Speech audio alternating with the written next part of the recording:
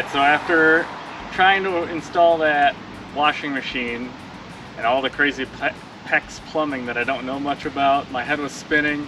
I ordered some fittings, so I'm going to wait for those and take a break. I'm going to jump on the electric instead. And I kind of went overkill with this, but I bought this Go Power transfer switch. It's 30 amp. It's not a pre-wired one, so it wasn't wired to cut off the converter when the inverter is on. But after a little research, I kind of figured out how I want to do it.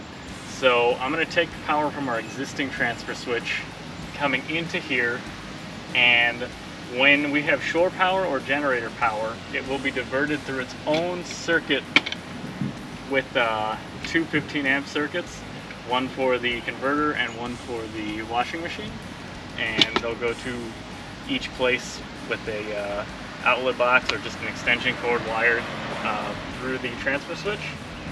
And then everything is going to end up going through this surge guard. And then this is the inverter we're going to install.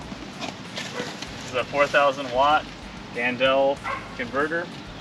I'm going to end up installing it right inside here on the side of the battery box, where I'm also going to have 3 extra marine deep cycle batteries.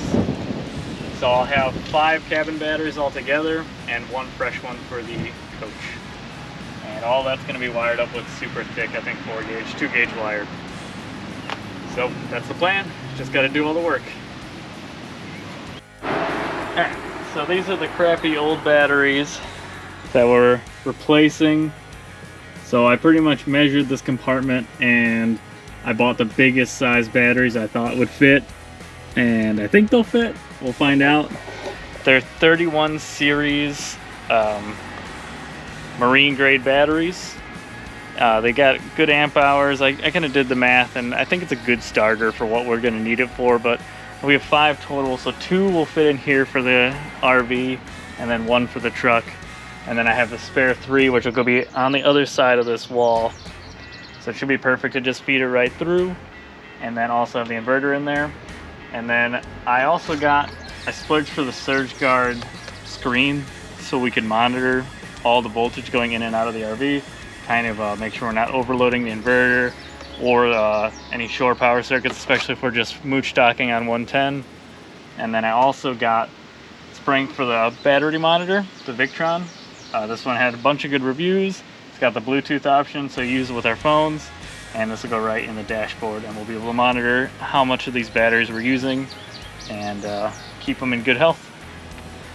So I'm going to be replacing these guys, adding the shunt for this, and adding in the additional 3 batteries, and then hooking all those to the inverter, and then I'll run the inverter power all the way to the wash bay, where I'll have the transfer switches and the circuit protectors.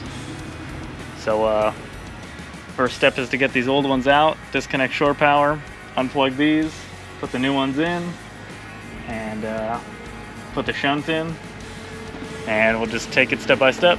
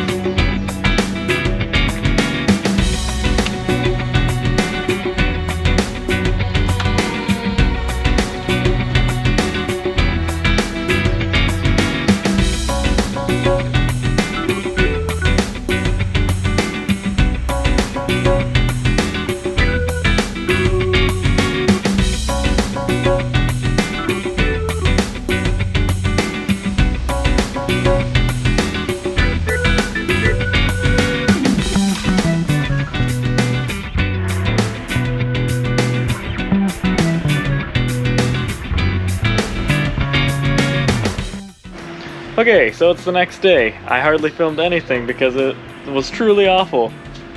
I got all this wiring done, and it took a lot of thought, and I don't really have any advice other than do one length at a time, think it about, put everything where it needs to go, and do one line at a time. And it just kind of sucked because I added those 3 more batteries down in this basement, and it's really tight in here, so it kind of sucked to do, but it worked out really well. And then I also mounted the inverter in here. I did it on this side instead of the other side because it came with these pre-made wires. They're super heavy duty, there's 4 of them, and I didn't really feel like buying more of those. So putting it on this side, it just made more sense for this screen and these plugs to face out, and for these to be within shooting distance of the main positive terminal on the battery. I did wire these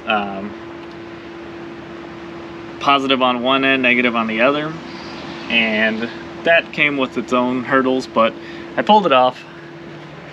So these are the main negative coming off that last battery in the compartment, and they come around into the shunt, and then through the shunt, and then from here they go right to this cutoff switch, and then from here, when you activate the cutoff, now the lights come on, and I get these 4 negatives that go to the inverter, and the main for the RV is activated, so you can hear the lights come on, the refrigerator coming on, and now this inverter fires up. So that's cool.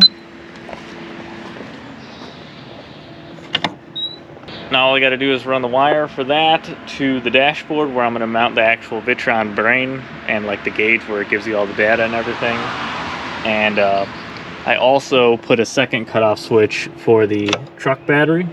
So this last battery activates just the starter motor. It's like the auxiliary battery for the actual RV, or for the actual truck portion.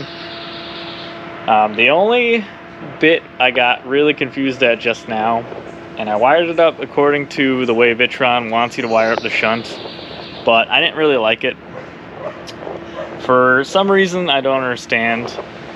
I had all the battery power, so this is all the negative coming off of my 5 battery bank for the RV, and I had the negative for the truck battery all going into this side of the shunt, and then everything coming out of that side of the shunt. And then I looked at the Vitron instructions and it said don't do that. The auxiliary battery, both leads of it get wired to this side, so it doesn't flow through the shunt, it just flows on the end of it, which I don't understand why, but that's the way that they want you to wire it. Now I didn't like that because for some reason or another, when I would flip this truck switch on, it would actually activate the RV. All the lights and everything would come on.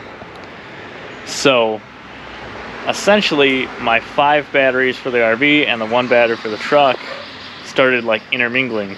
They were one bank now, and I don't really know why, but I didn't like that because I always go through my mind and say, what if I kill the cabin batteries and then we're stranded because they're actually taking juice off of the main battery for the truck too.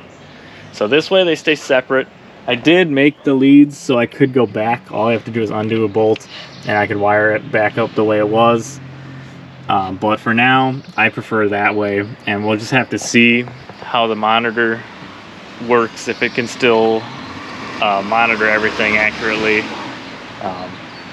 It's kind of just a bonus that I could monitor that battery anyway, because it's fine.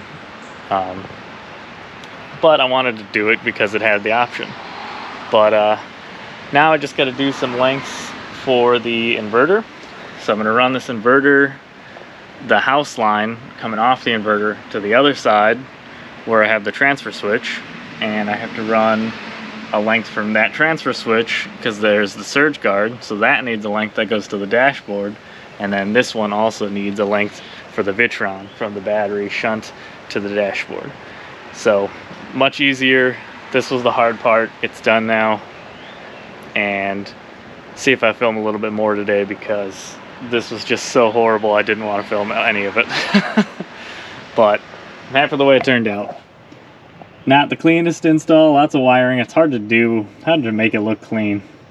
But I think it looks clean for my skill level.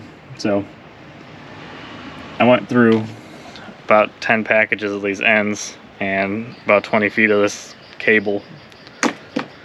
No, more than that.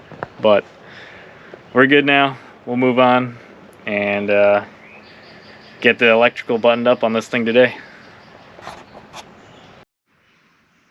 Alright, so next I'm going to be adding a transfer switch, a surge guard, and another circuit breaker. And to start, I'm going to cut this quick backer board. And I'll probably screw these things to the backer board first. And then I could just take the backer board and put it right into the wet bay next to the older transfer switch. And then I can wire them all together right there. So I just got to chop this piece and then mount these up.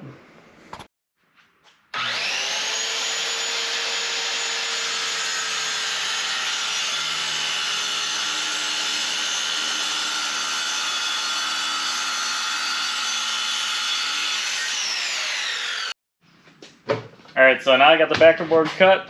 This is the transfer switch. I'm going to be using two transfer switches. The original one that's in the RV, that'll switch between the generator power and the shore power. And then from there, that's going to feed into one line of this, probably the always on line. And then I'm going to feed the inverter in on the other side of this. That way, no matter what, I'm safe from whatever power source is on. And then that's going to feed through into the surge guard. Oops, that's not a surge guard. This is a surge guard. So I'm sure you guys have seen this before. This just protects from surges and also measures how much energy you're using, which is cool for monitoring when you're using 110 circuits. That way you don't go over and then blow the circuit breaker and have to get out and reset it and then figure out what happened. So that's pretty cool. I'm going to put that after everything. I've heard you could put them before or after. I figure why not monitor it even when the generator's running or even when the inverter is running. And then last of all, this is just a circuit breaker. It's got two circuits in it. One for the converter, which will be, I'll be able to shut off the converter. So if I'm plugged into a 110, I don't have to have the batteries charging, and then I can use that energy elsewhere like the air conditioning or the refrigerator. And then the other line I'm going to use for the washing machine. So that's why I'm using one of these. It's overkill for the job, but it's kind of the best way I found to do it. And I got the space, so why not? So I'm going to mount these up, start wiring them.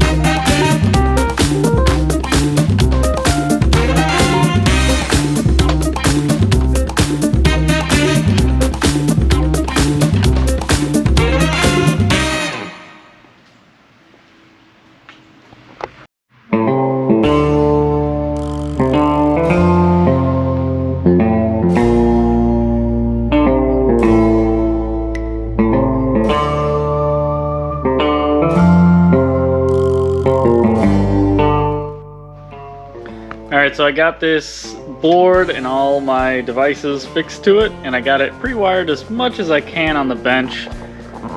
So I've got my surge guard with the last line out of all the transfer boxes. This is the load out, so that'll get connected to the RV's incoming electricity. This is coming in. This is where it gets a little bit messy because I needed to separate the circuit off for the converter, so the converter doesn't run when the inverter is running. So that's where you get these double circuits. So these loop around into the generator in. So the other transfer switch that's on the truck will come in and hook right to those, and that'll be done. And then the last one in here is the inverter in. The inverter is hooked up to 7/8, which is the normally closed circuit, but that means that it's not prioritized. So if anything else is coming in, it's going to prioritize the generator or the shore power over the inverter. And then these two hot wires come, and these are the two circuits. This will be for the converter, and this will be for the washing machine. So the converter and the washing machine will only work when we're plugged in or when the actual generator is running. I wanted it that way, even though the inverter could probably run that thing because it's pretty heavy duty. We just never will. There's no point. It was just a good way for the converter to get separated off on its own circuit. That way it doesn't run when the inverter is running, which is the main thing. Now that we got this board all done, we can just pop it into the wet bay, 4 screws, and then the last wiring, and this thing will be good to try out.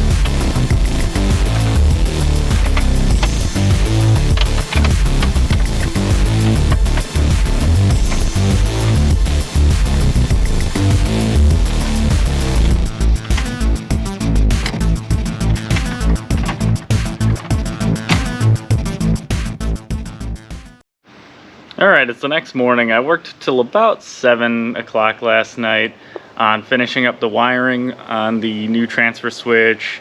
The only thing is I ran out of 10-2 wire, so I was unable to do the run from the inverter by the batteries to the wet bay where everything else is. And then I'm also got to do one more run from the transfer switch, or actually the circuit breaker box, to the converter. And it's only a couple feet, but like I said, I ran completely out. So I'll have to grab some of that today. It is kind of rainy and crazy out today, so I figured it's a good chance to switch it up and work on a different project in the garage.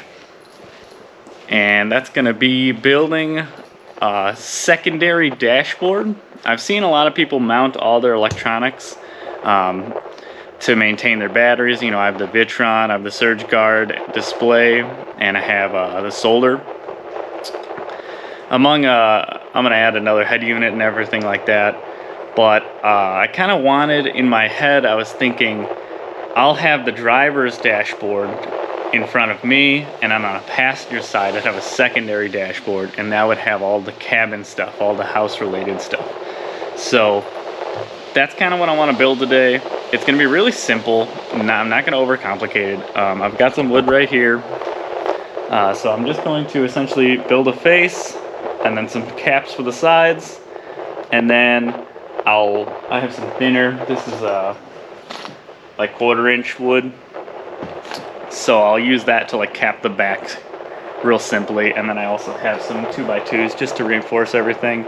A couple hinges on the back, and it'll hinge open just like my driver dashboard does. I thought that was a really cool idea, so I figured I'd do it on this side too, and it'll make the wiring really accessible. I can also go in there and add things. I'm gonna have a little extra space, and it should work out pretty good. I think it'll be cool. I don't want to make it, I thought about making it the whole dashboard, but I kind of thought it ruined the passenger experience. Like, you couldn't put your feet up on the dashboard anymore. I think that's a cool thing. So I'm gonna make it kind of minimalist, in a sense of just fitting what it needs to right now. And I figure if I ever need to expand it or add anything to it, it's so simple, I'll be able to just take it off and build a new one. But this way, all the electronics will have a home. They'll look great. They'll be easy to monitor, and I just think it'll look cool in the end too. So I'm gonna do it about 26 inches. Is a little extra from what I need, but it also doesn't destroy the whole dashboard experience. So it'll just kind of take up the center of the dashboard, and then it'll only be about 12 inches tall. Just enough to fit the solar, the Renology head unit that kind of manages the whole solar system. It'll have good ventilation and everything. It'll also have like a cap over the top, so it'll keep the sun off of everything too. And then everything will just be flush mounted right to that board, and it'll look cool. So all I gotta do, I have some basic measurements. I like to put all my ideas down on paper before I start cutting.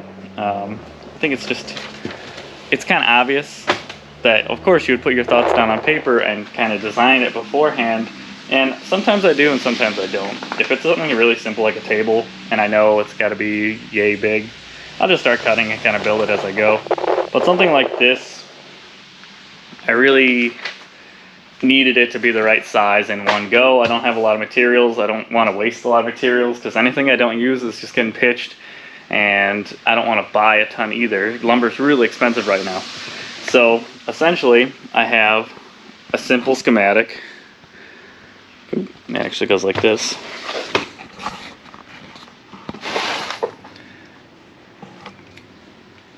So essentially 12 inches by 26 inches, room for all the devices, and kind of a side view of the side panel. And this stuff I might change up a little bit, but this is pretty much the sizes that I'm going to be cutting. So once I cut the face and the side panels, I'll screw those together, and then everything will just fall together from there. So let's get cutting.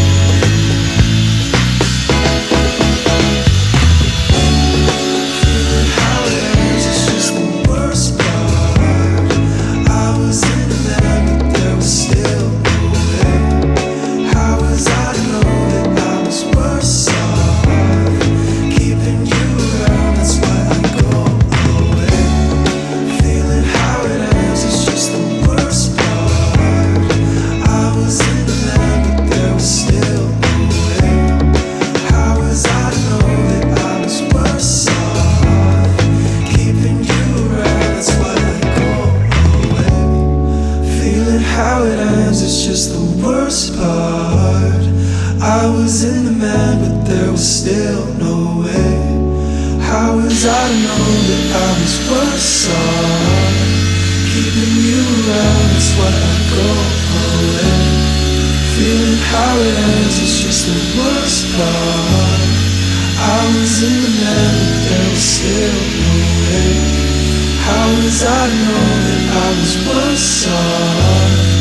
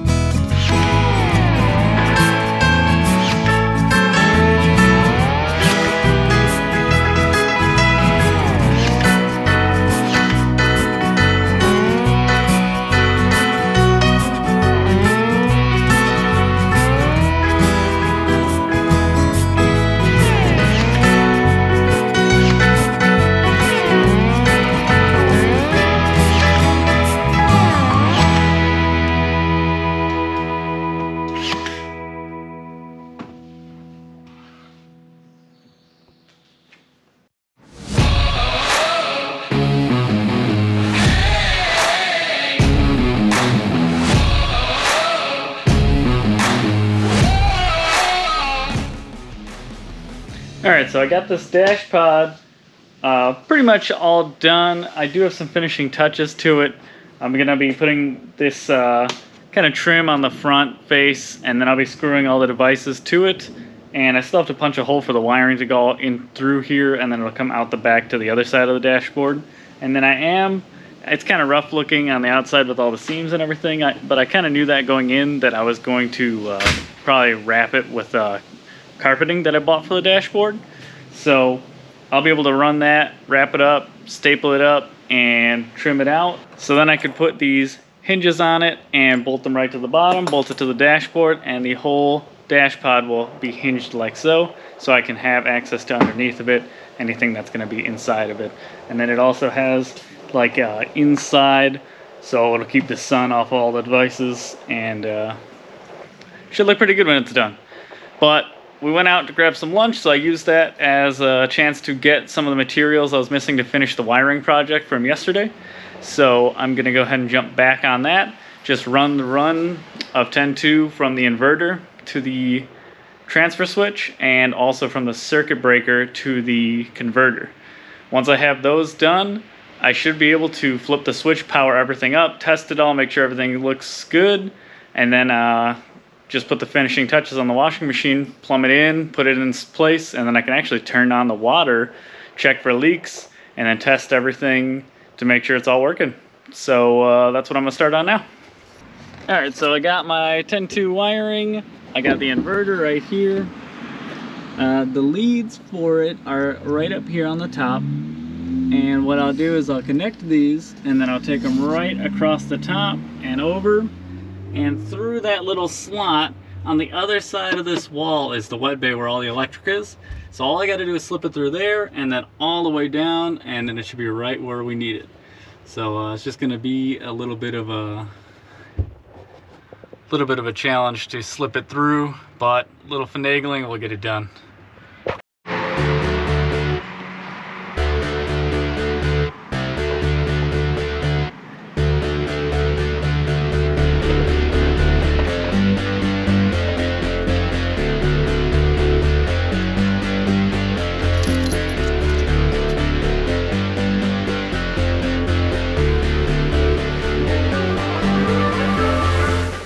We're about halfway there, but I gotta put a little in it to sneak past some conduit.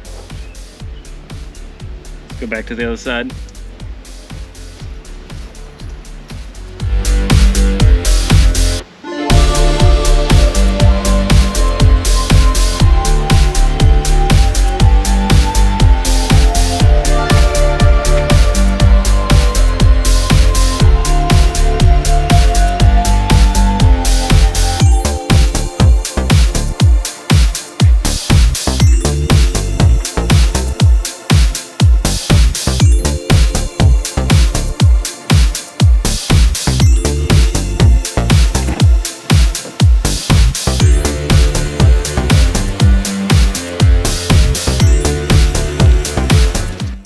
Check it out, I made it all the way. There she is. Give her a little tug. So now all we gotta do is wire this right to these leads for the inverter, and then I'll clip the other side, wire those up, and the inverter will be done.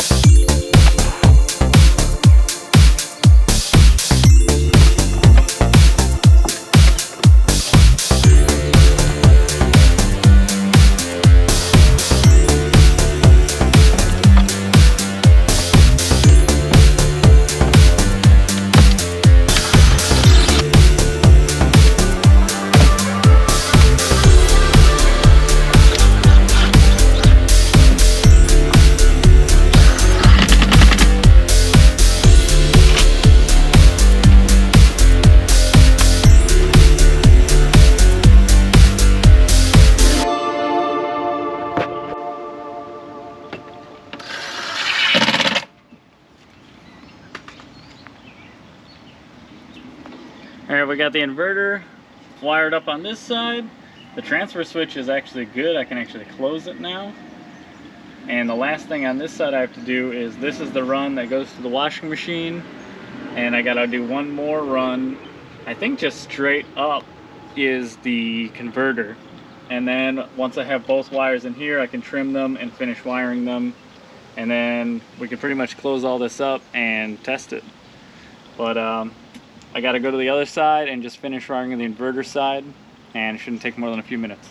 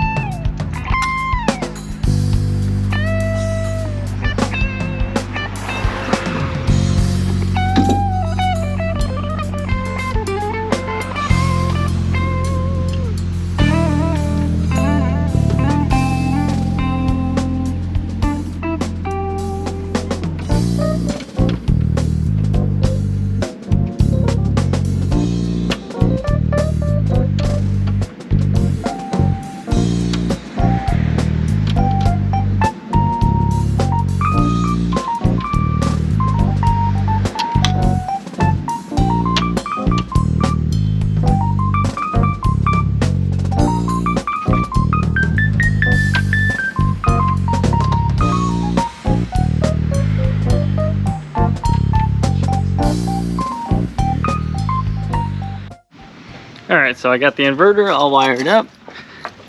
Came out pretty nice. There you go. And I just tied it up along the edging there. And it goes right through there. I'll pick that up on the other side.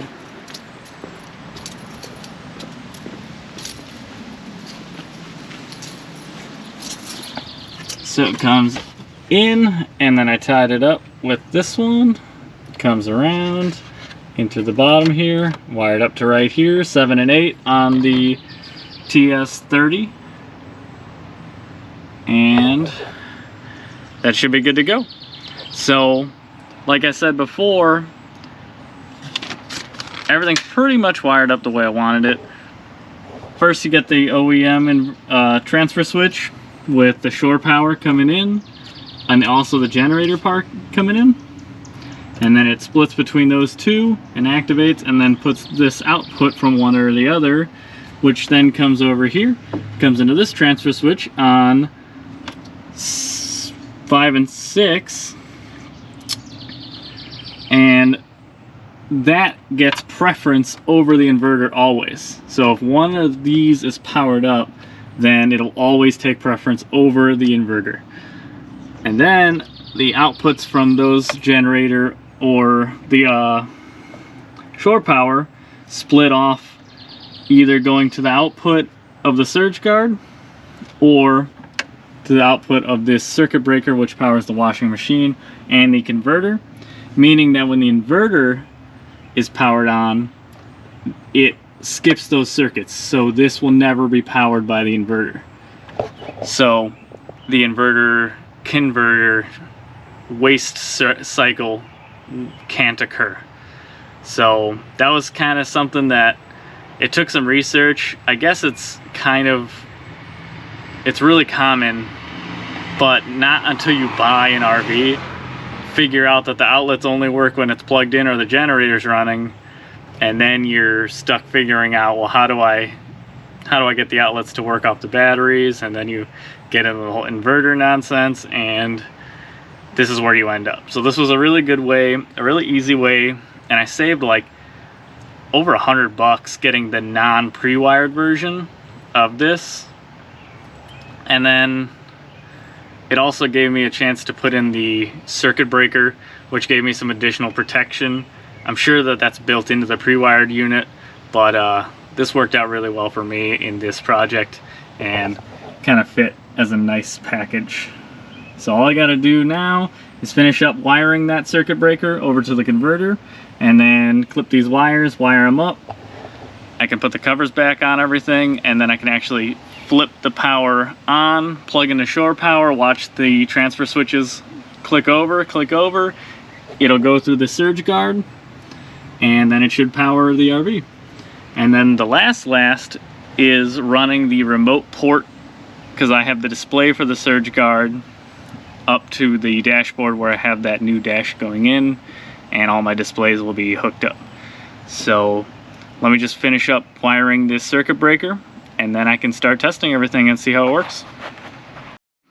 Alright, so I'm in the RV now. My converter is located underneath of the oven, so that's it right there. And it's pretty simple. It just plugs into an outlet right there on the wall, and comes right here, and then the DC power comes out and goes into the system where it charges the batteries.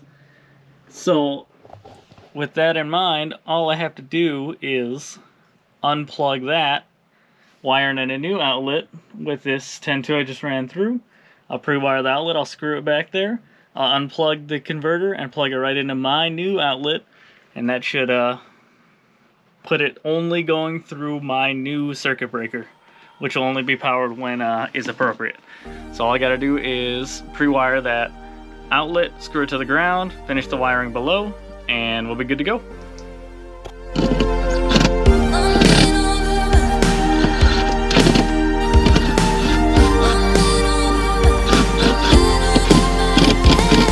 You know I've always been running, but I found someone faster than me. I can't keep up and I love it. Baby, you're just so out of my league. When I think I figured you out, you go and do something insane. Trying to live up to you now. You're my never-ending chase. Wondering what you'll do next. I'm trying to catch my breath. I'm in over my head. You got me on the edge. I just trying to make sense. I'm in over my head. You know how to keep my attention, the one always setting the trends. You're giving me next level feelings. With all that you do, I'm obsessed, and now I'm losing sleep. You got me in too deep. I'm in over my head. You got me on the edge. I just trying to make sense. I'm in over my head. I'm in over my. Good morning. It's the next day. Last night I was able to finish up the wiring for the inverter and the converter and the washing machine. I got it all buttoned up. I even put the covers on everything. I'll show you here in a second. It's kind of a rainy day here in the Chicago burbs, so I'll be dodging downpours and finishing up some of these projects. The next thing to do is I can officially flip the power on. So I'll probably start by clicking the batteries on, and then I'll plug into shore power, and I should be able to watch one transfer switch send the power to another transfer switch. It should click over and then send it to the surge guard. The surge guard waits like, I think, like 120 seconds or something, and then it clicks the power on, and then the RV should come to life. And then with that, I can take just a normal circuit tester that you would plug into an outlet just to make sure I didn't goof anything up.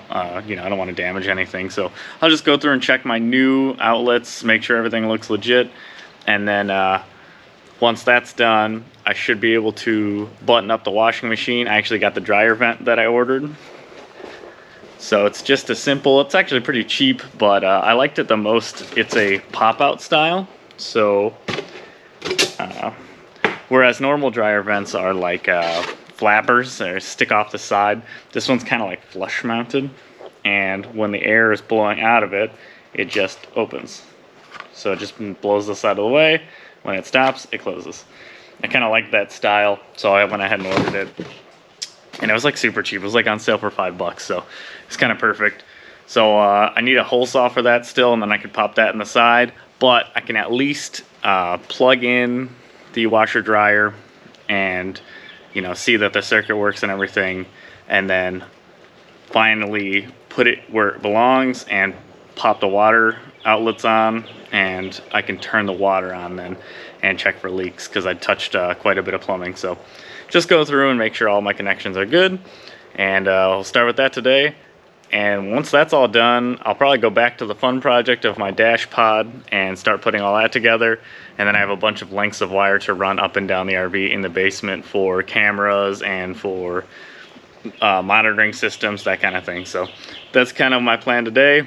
And it's good because I can work mostly in the RV or in the basement and get some of these projects done. Our closing date on the house got extended, so we have a couple more days here, just the weekend, and then Monday we're out. So see what we can get done today and tomorrow, and get started. All right, so we're in the wet bay where all the transfer switches are. So can I give you a walkthrough? This is the OEM transfer switch. So once again, the power coming in for the shore power comes in here, and this is also generator power. So it comes in on that side and it switches between those two, sends it out here.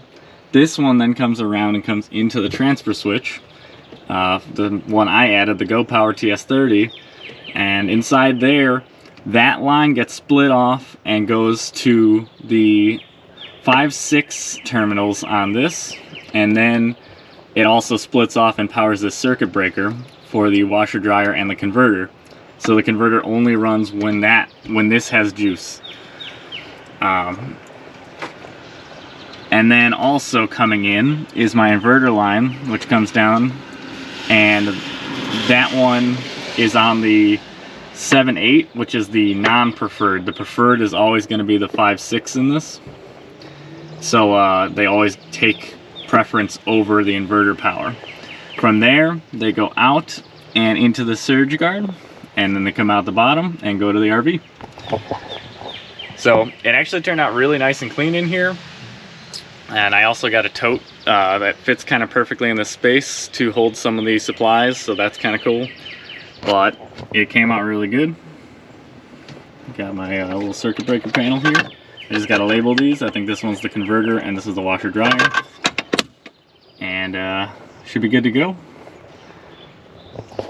So the next step is to walk over to the battery compartment and flip my batteries on.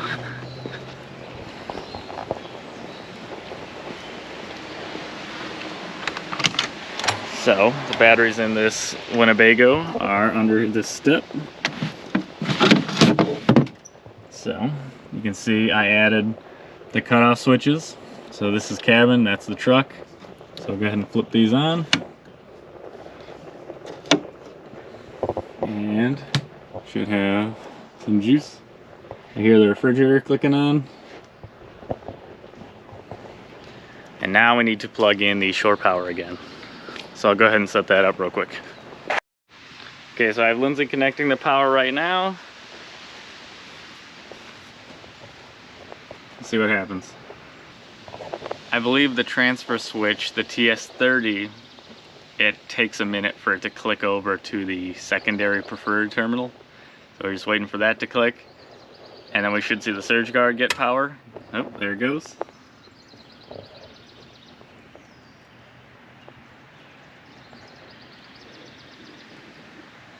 And then I believe this one flashes for a little while, and then after a certain time it will click OK if the power is good, and it'll send the power through to the RV.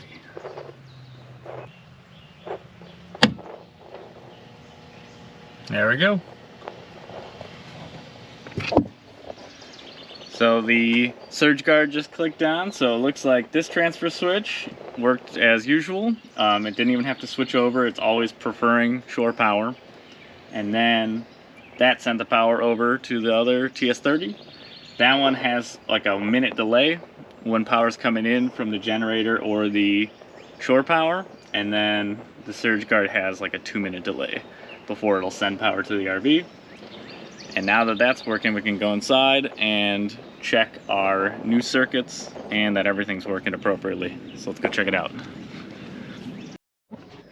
Alright, so we're in the RV now. I can see that the AC power is working, which is normal because it's just like we're plugged in on shore power again. And I do keep a tester plugged in this top one. Well, just a cool place to keep it, I think. If we ever have the AC power on, it's visible right there. This is just your normal tester. If the two orange are lit up, then you know the circuit's correct. Pretty simple way to test it. So I have 2 new circuits to test, and we'll check it. Here's the converter. That's the converter right here, and there's the new circuit I added, so we'll just go ahead and plug this in. Oh, and it looks like the juice isn't there yet. So the circuit breakers are off still, so we gotta flip those on first. Alright, so with the power on, we can open the circuit breaker, and we'll flip that one on, and that one on. And that should give us power to the washing machine and the converter.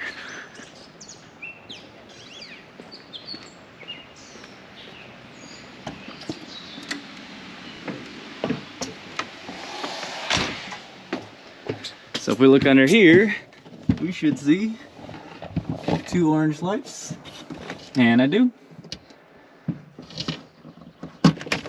So that means our circuit is correctly wired. And I got one more, which I can actually turn the lights on now so I can see. There's the covered outlet for the washing machine. So go ahead and slip this in. There you go, double orange.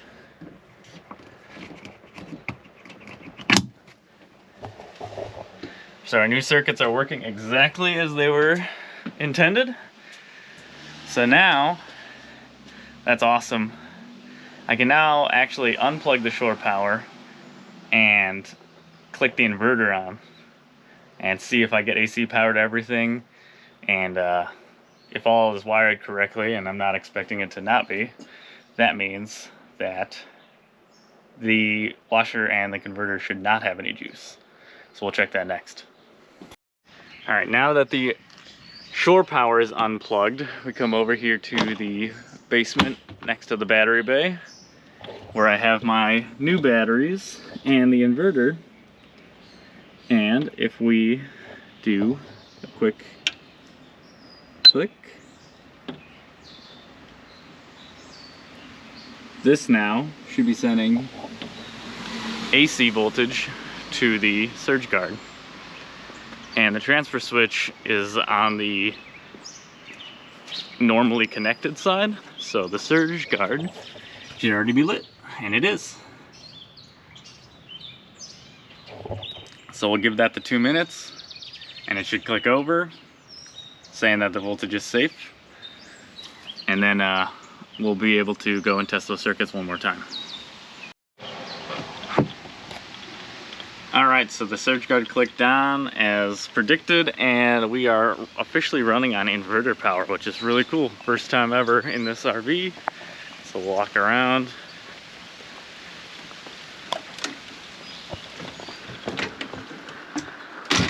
And I can see the microwave AC power is on.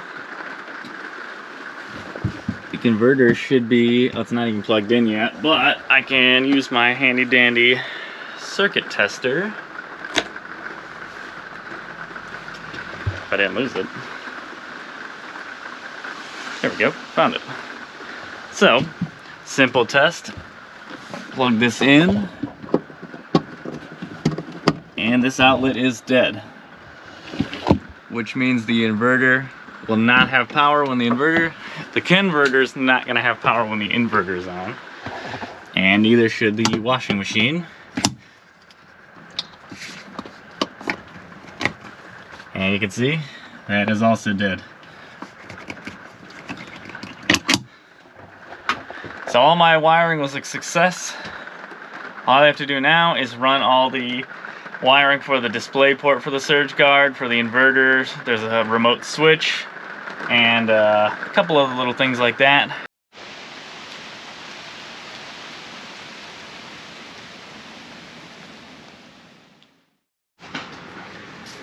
Alright, so I got my little dashboard here, and I actually bought this carpeting. It's just cheap, like all-weather carpeting. I bought it for the dashboard of the RV to keep the cats from destroying it. I'm going to attempt to wrap this thing, make it look a little bit better. I'm no genius with fabric or anything, but I think a couple staples, nothing fancy, and it'll look fine. So I'm going to try this out.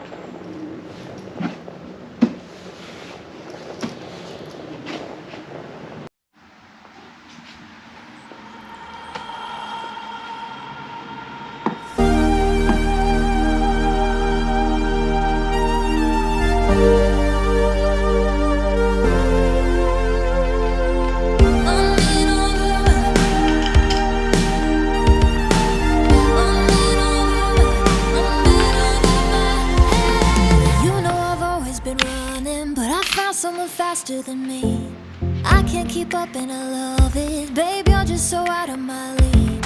When I think I figured you out, you go and do something insane. Trying to live up to you now. You're my never-ending chase. Wondering what you'll do next. I'm trying to catch my breath.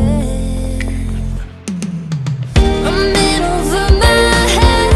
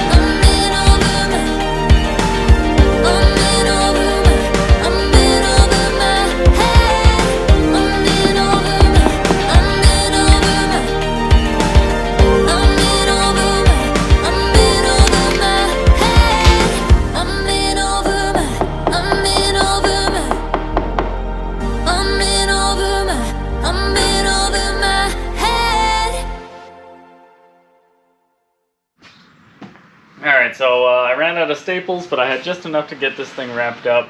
Turned out okay. Like I said, I'm no expert in this. I don't really care about these seams that you can see. It's much better than unfinished wood edges and stuff like that. But now that I got it this far, I can throw these hinges on the bottom and I can start mounting my equipment to it. So I have the solar charge controller and a couple little monitors for the battery system and the surge guard system. So go ahead and install those, and then I'll be able to just drop this thing in the dashboard and then I'll just run the cables to it and we're done.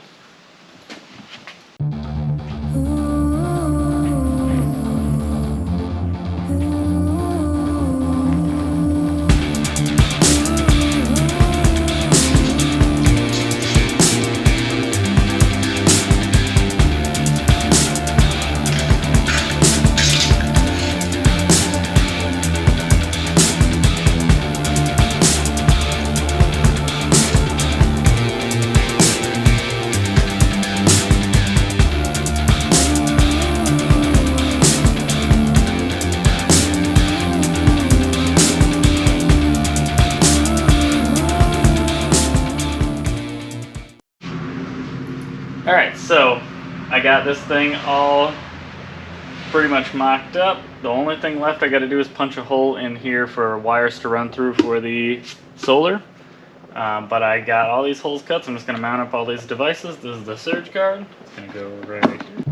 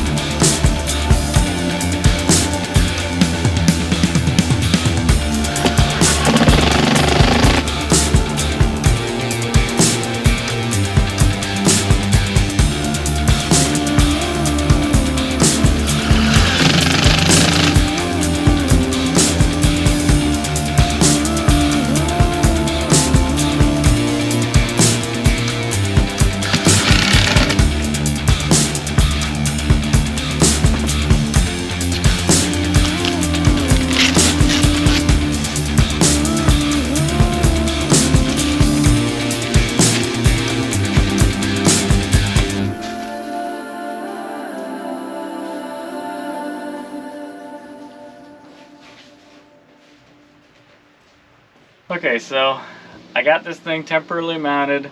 I need some bigger brackets, some bigger hinges to properly fit the dashboard. And the only thing I overlooked was this angle. I prefer it matched to the dashboard angle. I'll probably just make a little bumper to hold it in that position. And once I have the bigger hinges and it's held like this, and then I have my other ideas I'm going to be working on, this whole thing is going to look great. But extremely functional solar charge controller, the battery manager, the surge guard, the remote switch for the inverter, and the Bluetooth for that Rhenology solar charge controller, all held together. And you'll also notice this big blank space. That's going to be for a head unit later on that the passenger, my wife, will be able to control the music from right here. And then I managed to install that while all leaving her a little bit of legroom to throw her feet up on the dashboard. So overall, I think that was a really good day. I got all the electrical done, all of the plumbing done, and I got this thing mounted Although it still needs some tweaks, that's huge. I could hit the road as is right now. So, pretty happy with that. So I'm gonna call it a day, take a shower, and I'll catch you in the next video.